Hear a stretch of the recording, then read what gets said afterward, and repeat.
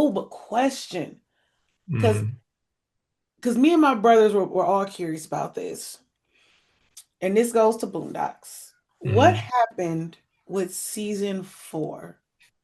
What was like the Oh, we backstory? don't. Because like Yeah. I don't, you guys weren't involved in that one. So, I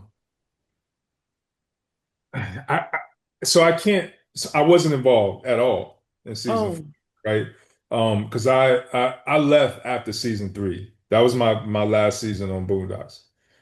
Um, I can't say exactly what happened and what went wrong. Because I know a lot of people weren't really happy with it. I wasn't as involved. I knew a couple of people that were involved, you mm, know, and from what I hear is that the schedule, it started out okay, but then the schedule, they began to run out of time basically, because sometimes even with the first three seasons, a lot of times we went over budget and went over schedule.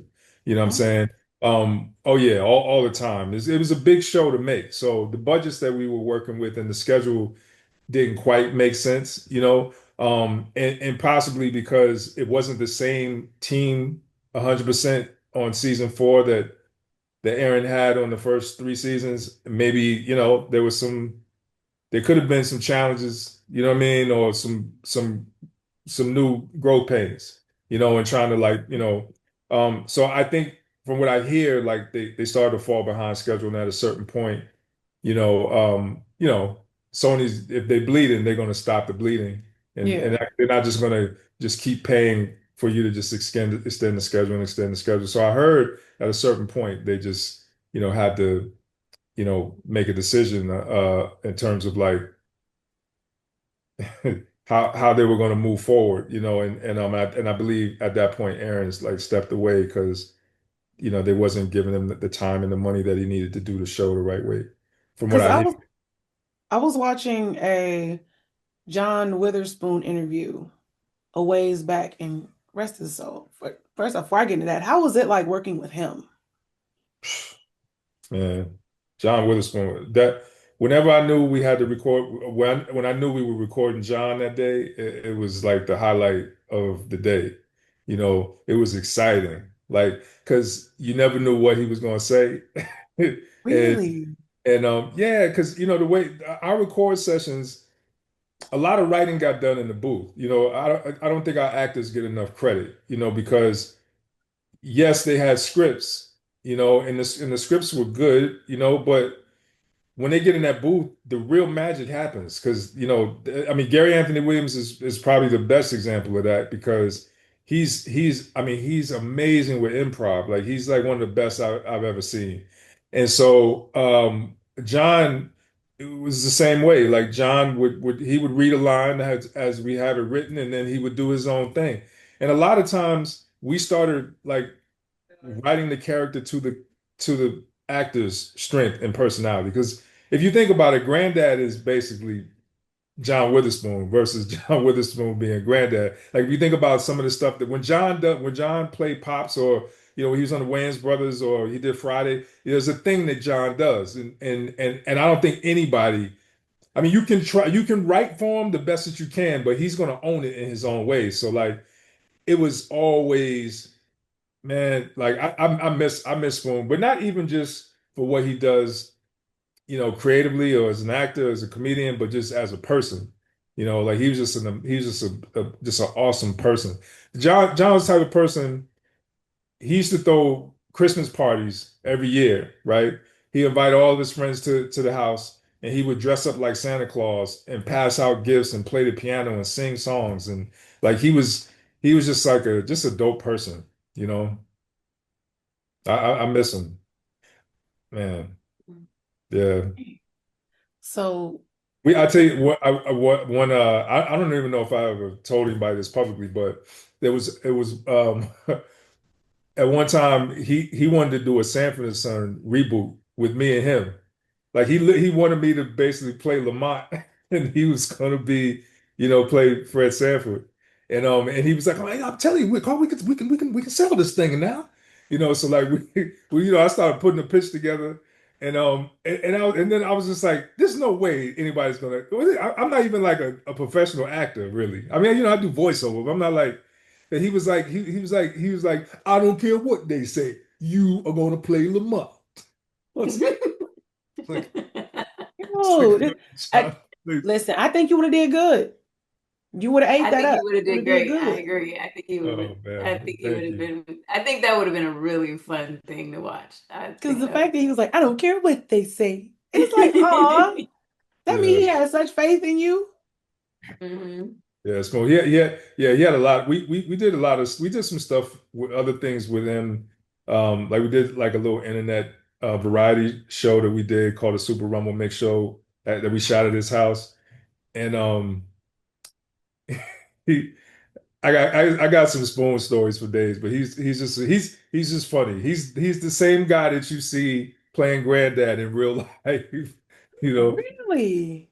in Because my opinion. In my opinion. Granddad was one of the funniest characters. I said, oh, Lord, he finna beat people up for real. And by the way, his son, his Mhm. I don't know if you know his son John David Witherspoon, but you should have him on your show. He is really, really, really funny, and he does a spot on impression of his father. I mean, like if I close my eyes, I would think John was standing right in front of me. I mean, to a T. I'd probably start hmm crying. I'd probably cry a little bit. I'd be like, yo, that's really good, tear. Because it's Yeah, like, again, starting off like with him, knew him as Pops. It's like, saw him on the Wayans Brothers show, Friday, everything. And when he was a part of this show, I'm just like, yo, he's in everything. yeah. This man can't stop working. Let me I tell ain't you, mad at you. one time he came in. One time he came in. He was supposed to record. One day he came in. He had like a whole bunch of CDs, and he was like, "This is my CD, my CD, my CD." He's passing it out, and I looked at the cover, and it's him with some women around him. He's got like a gold chain. He's got some money. You know what I mean? It's like, I think it was called like 63 cent or something like that. And I was Spoon like, "What are you doing?" He said, "I'm trying to get some of that Jay-Z money." I was like, "All right." I was like, all right, Spoon. So he was legit like selling CDs. Like he made songs, like he recorded like real songs. You know what I mean? And he was funny. What is you got the CD with you? What is CD at? I And know. What is I wish CD? I I would did. like to partake. I I really wish I know. did. It might be on the internet somewhere. You might be able to find it on YouTube or something. He said 63 cent. That's I hilarious. think it was called 63 cent or something like that. That's a very precise number. Like there around Like, it, yeah, just what's the 3 cent instead still of do just the 60 three cents? cent about. 63. He could have said 65. Now we're gonna go 63. We're gonna get 63. mixed with that three. Yeah. So like with him in the so with how all of it worked, because I remember I was talking to Gary, he was saying that him and Samuel L. Jackson never were in the booth together. Yeah. And I was confused about that because he told a story about how he got tapped in Disneyland, I mean, in the Disney lot, and the person was like, hey, I really like your stuff. And it was Samuel L. Jackson. And then he was like, oh man, I like your stuff too. He was like, you mean like Boondocks? He was like, nigga, I didn't know you was on that too. And I was like, he didn't know that you was on it with him? That good Samuel? He didn't know you was okay. Who am I? He was like, That's we never were in the hilarious. booth together. So it's Yeah. like you working with such talent. One, they all funny because you're saying that they ad libbed a lot of their stuff. How did you keep a straight face? We didn't. It was Man, those record sessions were it was just so much fun. I mean, Sam, I give you a Sam Jackson story. It was really funny to me. So, Andrea Romano, I don't know if you know who Andrea Romano is, but she's a legend in the voiceover world. She's a director, Mm. a voiceover director, right? Um, and to give you an idea of how long she's been in the game, like she was on the Jetsons, like you know what I'm saying? So like she's been doing this for a long time. And so it's important for you to know that she's a legendary voiceover director. So she was our voiceover director. So she got Sam Jackson in the booth, and there was a scene where Ed and Rummy they was robbing a bank, right? And so Sam did his life. And the other thing, like Sam would come in, there was times where he would come in and I swear to you that every single line he read was flawless. Every single one was flawless. I've never seen that before. And Mm. one time he came in and I believe he had the script in front of him, but he just memorized it. He came in and just spit out the lines like I had never seen that before. But anyways, so he's in the booth, right? He reads his line, and we don't usually give him much direction because all the lines are flawless. But this one time, Andrea says, she says, Mr. Jackson, uh, would you mind giving us another take, but just slow it down a little bit? And Sam said, Sam Jackson looked at him and he said, how many banks have you robbed? And she was like, excuse me? He said, I said, how many banks have you robbed? And she was like, well, I haven't robbed any banks, Mr. Jackson. He said, well, when you're robbing a bank, you want a sense of urgency in your voice. Now let's keep going. And she was Why like, he okay. know that? That'd have been my But question. that's Why what I'm he gonna know that? say. Is he admitting something here? What crimes have you done? You've been around long enough. All these, what's these crimes that you talking Yes. about? Yo, He's like, when I rob a bank, I have a sense of urgency. right, right. That's what I'm saying. How you can't tell me be that specific? Exactly. That's Exactly. funny. That's fun. Have you robbed a bank? I'm gonna start telling that to people. I just want people to like think that I've done crimes. I'm like, have you robbed a bank? Like, nah. All right, then hush up. I think it'd No, be a good thing to do. this I'm that I tell Love all the time, like there's stories there's so many I forget about them. Like it's so many each and every actor that we have every time they come in and record is just it's there's just these moments, these like golden moments, like always. You know what I mean? From Ghostface to Lil Wayne to Quincy Jones to uh we had so many people on the show, you know what I mean? We had Luke Skywalker on the show, you know what I mean? Like Mhm. and even that was an Wait, experience. wait. What character did he play? He played as a weed dealer. He played a weed dealer. There was an episode we did where Granddad Granddad had like really high blood pressure, so he started smoking weed, you know what I'm saying, to kind of like calm his nerves and stuff. So Thugnificent told him about his weed man. So he goes to visit his weed man and yeah, we we we had him play a weed man. And it was funny too because when he came in, he came in like an hour before he had to record because he wanted to get into the character, right? And it's just like it's just a weird deal. But he was like, but I want to know everything about him. I mean, okay, so tell me, where does he come from? How many people in his family? Like, what did he do before he got into weed? And like he's like that kind of actor. Like he needed to know everything about this person. He needed to become that actor. He Yeah. did. And he was and every as we were talking about the character, he was like this. He was listening, he was attentive. He wanted to get in there and really I you know, and I'm just tripping at the fact that like Luke Skywalker is playing a weed man in on the Boondocks is just crazy. You know what I mean? I mean, we had Batman, the original Batman, you know what I'm saying, who played R. Adam Kelly's West. lawyer. Yeah, he played R. Adam West. Kelly's lawyer. You know what I mean? So like everybody that we had on the show, it was just there were so many magic moments, especially for me. It's like a fan of a lot of these people that we work with. Like, I mean, Regina King. Every time we work together, I'm still like tripping in my head, like, because I've been watching this like Poetic Justice and 227. You know what I mean?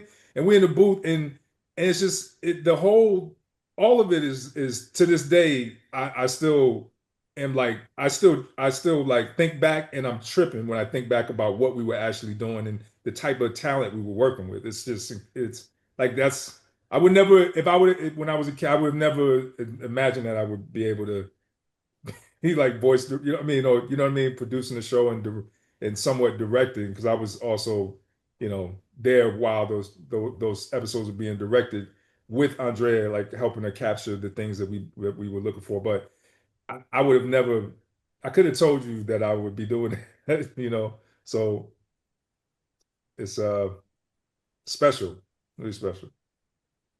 So how was it? Because you said you started off with the helping with the comic strip. How did you and Aaron come together? I ran into him on the street. So I'd never been to LA before in my life. And um I at some point I knew that if this was a dream that I was going to pursue, I had to go to the place where cartoons were being made. So, I came out to LA, my first day in LA, driving around just trying to see the city. Maybe, I don't know, 30 minutes, not even 30 minutes. We probably were driving maybe 10, 15 minutes into the drive. I don't know if you know how much you know about LA, but there's a street called Melrose, right? Yeah. And so we turned down Melrose only because I remember there was a show called Melrose Place, when I was growing up. So I was like, oh, I know that name. Let's go this way. So we go that way, and I see this black guy walking up the sidewalk. He had a red T-shirt on with Huey on it, right? And I say, oh wait, I say that's the guy that does the Boondocks, the comic strip. And the crazy thing is, I had just read. He did an interview in the Comics Journal, and I just read the interview, and all of this is serendipitous because in my mind, I was thinking like, man, it would be so dope if I could meet this. I swear to you, this is what I was thinking if I could meet this guy, you know, Mm. and it just happened like that. So like I hop out the car and I attack him basically, and I'm like, yo, you know what I'm saying? I'm like, because at the time, right before I moved out to LA, what I didn't tell you is I did have a job working for Rockefeller. I was developing an animated project with Beanie Siegel and his State Property Clique, right? And Beanie Siegel got arrested for attempted murder, so the cartoon just went away. And so when that happened, so that kind of gave me the bug. Like I was like, okay, well, somebody at least saw the value in what I do. Maybe there's a chance that I could really do this. You know what I mean? And so I went out to LA and I told him, I was like, look, I was just working on this thing with it was Jay-Z and Beanie Siegel. He shot somebody. It's a long story, but you know, and so I got his attention. You know what I mean? I got his attention, and so we did lunch, and that lunch was like 3 or 4 hours. It was like it was just we just it was it was crazy. Like I felt like we were just in each other's head. I knew him. I felt like I'd known him longer than I did, and we Mm. became like really really good friends. So, but that day when I had lunch with him, he offered me a job to help him with the comic strip. So I had just but it wasn't paying a whole lot, but I also part of the reason why I was able to move out to LA is because I had one of my friends, he was a manager at Fry's Electronics, right? So he was like, "Yo, I could hook you up with a job." Because I was like, I'm gonna come out to LA, but I'm definitely gonna need some work. So I was literally working at Fry's and I was drawing a comic strip in the break room. You know what I'm saying? And sending it off like because we had to do 7 strips a week, Mm. and sometimes we would end up doing all of them the last day of the week. So we had to get them all done. So there was no excuse. So even if I was working, I was helping people with their electronics, I had to stop at some point, go into the break room and finish the strip. And then at some point, I was like, there was one time where Aaron was like, because he was kind of frustrated because we were trying to figure out. It was one strip that we couldn't really completely figure out, and we were running out of time because the way the syndicate works, if you miss the deadline, it doesn't make the print in the newspaper, right? Mm. So that's a no-no. Like you can't do that. So one time I remember I was working and he was like, "Can you just come by the house because we got to brainstorm." And I was just like, because he don't know that I'm working at an electronics store. I'm trying to make him think I'm a professional. You know what I'm saying? Like, so I never told him that I had like a second job. So I'm like, oh, you mean like you want me to like come there now? And he's like, yeah, just like come to the apartment. So I'm like, all right. So I had to like, and it was a ways because you don't know, I don't know if you know much about LA, but I was working in Manhattan Beach, and his apartment was like near Beverly Hills. So that's like a long distance, right? So anyways, long story short, I got there, right? And half the way I had to run. This was before Uber, right? So I ended up, I caught a ride to close by where he was. And then I ran to his apartment because we're about to miss the deadline. So I show up and I'm drenched, I'm sweating and shit. And I got the computer, my laptop in my hand, I flip it up and he's like, why are you sweating? What are you doing? And so I was like, man, I work at an electronics store. I was trying to get over here really fast. And that's when he was like, well, how much you making at the electronics store? And I told him, and he was like, why don't you just do this full time? And I was like, oh shit, I didn't know it was that easy. I mean, you know. So, Love, I see anyways, what you mean, love. I see what you mean. Cause See what I'm saying? I see exactly what He's you mean. different. Cause He's ain't no different. way. I'd have told him real quick, hey, I work at an electronics store. I'm gonna let you know ahead of Right, time. and I can't do it, and you ain't paying me enough. It is what it is. But he wanted this so bad, Hmm. he's gonna do whatever it takes, and that's how he is now, and that's how he is about Martian Blueberry. He wants this so bad. That's why it's like we got to make this happen. We got to do it. We don't have a choice at this point because all the blood, sweat, and tears we have put into this, and it's like, and the vision we have for it, we know it's like, we know this is going to be crazy, especially the way we want to do it. We know the, you know, the audience, the fans are going to love this. This is what they've been asked. They ask him every day, when's another Boondocks? When is this? They ask every day. He posts one thing. When is it coming back? When is it coming back? And it's just really hard right now to do things with certain networks right now because they're scared to get canceled. Like Carl said earlier, they're running off fear right now. Yeah. And so a lot of things, especially when it's cultural, and so the cultural, the way the climate is right now, it's really hard to do things and tell our stories. So, but when I tell you this man works hard, like he has that same drive then he has that same drive now. It's like, and that's why it gets me upset when I'm like, wait, y'all don't appreciate what this man is doing. Like, he does not have to be doing this. He goes above and beyond for every project he works on. If his name is going on it, he goes above and beyond because he takes that Mhm. serious, and that's something that I have just the utmost respect and appreciation for him because it's like, he's not, he don't care how big or small the project is. If his name is on it and if it's something that he said he'll participate in, he's going to make sure he puts his all into it no matter what, and I'm just in awe by that. He is the hardest working person, man, woman, whatever. He is the hardest working person I've ever seen in my life. On. And Uncle Ruckus, no relation. If you want to be told about yourself, if you want to tell somebody, if you want a Negro woman listening to you tell them about you, then you need to listen to her on what's the name of your podcast, Black Lady? Tell me about you. Tell me about who? You. Who? You. Your Negro ass.